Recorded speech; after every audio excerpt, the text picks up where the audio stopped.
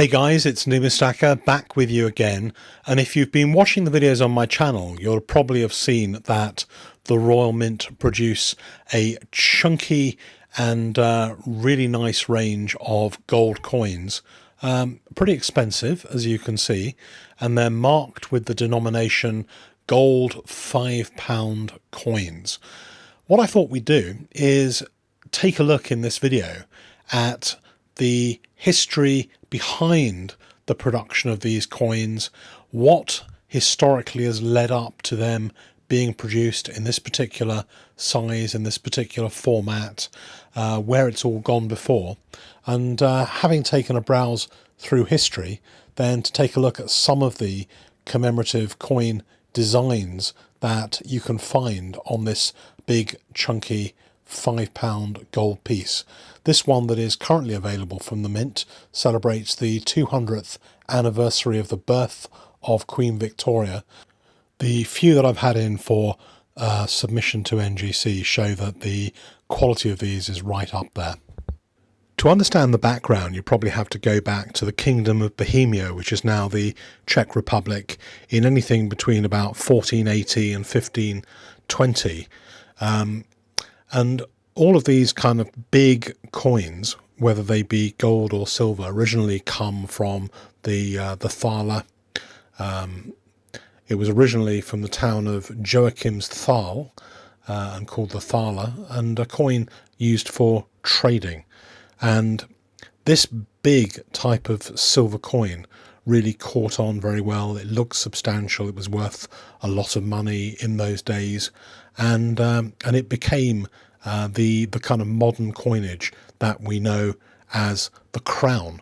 And you can see a rather beautiful crown size coin here, and that crown size coin, obviously a crown when it was in silver, and then called a number of other things when in gold, formed the foundation stone of the size of coin that eventually became the £5 gold commemorative piece in modern times. And so tracing that through, and the popularity of the crown size coin reigned supreme. This particular coin size has been consistent for hundreds of years in Great Britain, and there's lots of people consequently who collect these coins, and a lot of people who collect even silver coins exclusively collect crown coins and try and aim for a complete collection of these types of coins. Whilst we can just about understand silver being used for these large coins, it's perhaps less easy to understand the use of gold for such massive denominations of gold coinage, particularly in the early days. So very few ordinary people saw these kind of coins. And the first large gold coin, I guess, is this denomination, which is the 5 guinea gold piece. No ordinary people during the times ever would have seen sight of one of these coins. It was purely something that was preserved for large transaction payments amongst the wealthy, and these ones you're seeing here are courtesy of Platinum Skies, who was able to go and handle these 5 guinea gold pieces, which are totally exceptional a while back. Eventually, the 5 guinea denomination then gave rise to the 5 sovereign denomination. So guineas gave rise to sovereigns with the new coinage of 1817. And here you have one of the proof 1887 5 sovereign pieces. And even in 1887, it wasn't very normal for regular people to ever see one of these coins. There were quite a lot of large denomination gold coins produced in Victorian times, but they weren't really used for your everyday weekly shopping.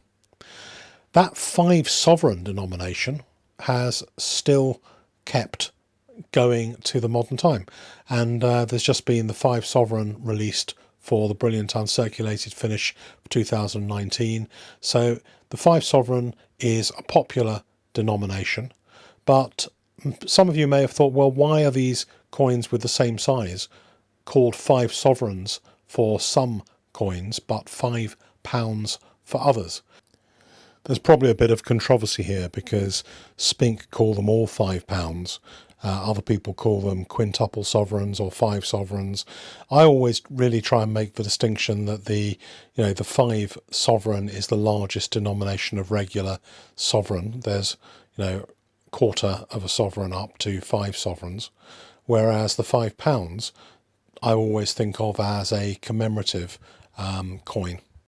I get asked a lot by people, which one should I go for? Should I go for the smaller sovereign size coins, the larger £5 gold piece, maybe the gold 50p's as well? They've become pretty popular recently.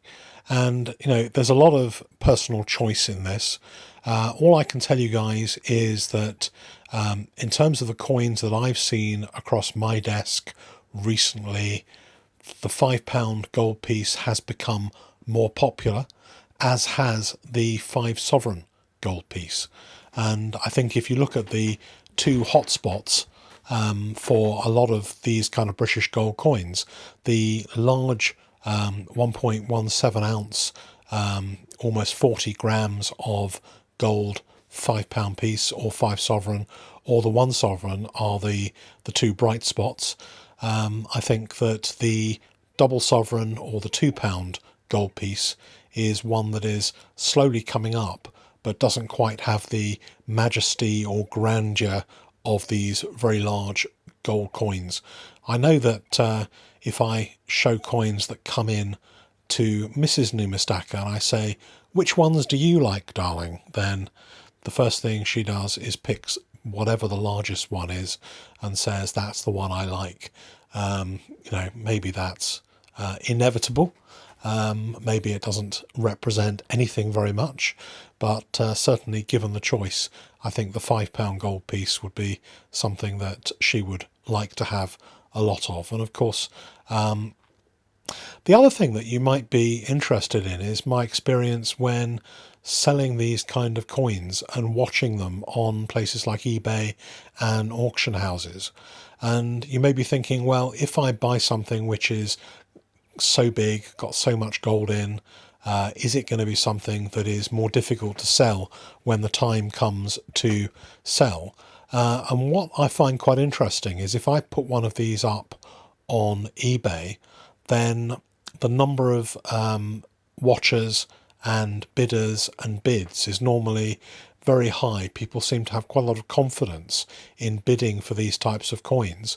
And of course, they are slightly different and there are a few of them about. So there aren't that many that come up, and there is quite a lot of interest when they do come up. And I think there's never any shortage of bidders for these. Whereas if you put coins at the total bog standard sovereign side, bullion sovereigns seem to have no problem selling at all on eBay, although eBay is in many ways a crazy place to sell them. But slightly premium sovereigns, where their common years may be in good condition, I think maybe they are not so interesting to people.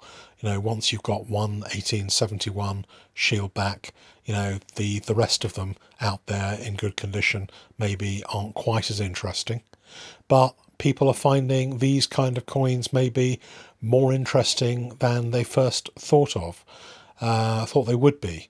And in terms of their production values, they're very high. The premium of them related to the amount of gold in them is probably lower than some other smaller coins as well. So in some ways, particularly in the second-hand market, they represent a pretty good value as well compared to some of the smaller coins that have a higher amount of premium. So what are we going to see in the future from these coins? I expect more of the same. I don't see them as being produced in very large quantities. They'll always be pretty difficult to get hold of. They'll mostly sell out pretty easily given the low mintages. You'll see more and more royal type pieces, particularly if there's a change of monarch. You'll see a whole flurry of last this and first that. I think the mint seem to have got a little bit bored at the moment with celebrating the prince and princess royal kind of birthdays and christenings and anniversaries. In fact, they started by producing a strike on the day sovereign every year, but decided after 2 years to forget that and just celebrate bigger occasions. But the work that goes into these coins is pretty spectacular. Most of the designs are worthy. Most of the designs are pretty ornate and beautiful. I particularly like some of the ones that I'm showing you here with the very ornate shield patterns and things on them. I think they've been very, very nicely done. They look very elegant. Not all of them are totally brilliant, but there are some great designs out there, and there are certainly quite a few people now trying to collect these and pick them up. So if you do see one of these coins at the right price, a price you're prepared to pay, particularly given the increase in gold spot prices, then don't hang about, because there will often be somebody else right on your tail hunting for these same coins, and you'll probably find there's at least 2 or 3 people after every one, keeping the prices at a pretty good, reasonable level as well.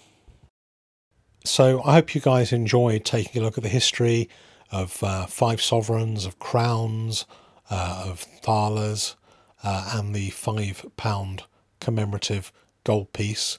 It's been fun taking a look through these coins with you. There will be another video like this in the next few days. Just need a little bit more material to put it together for strike on the day sovereigns, which is another interesting collecting aspect that makes a really cool little collection of sovereigns. So thanks a lot, and please like, subscribe and comment.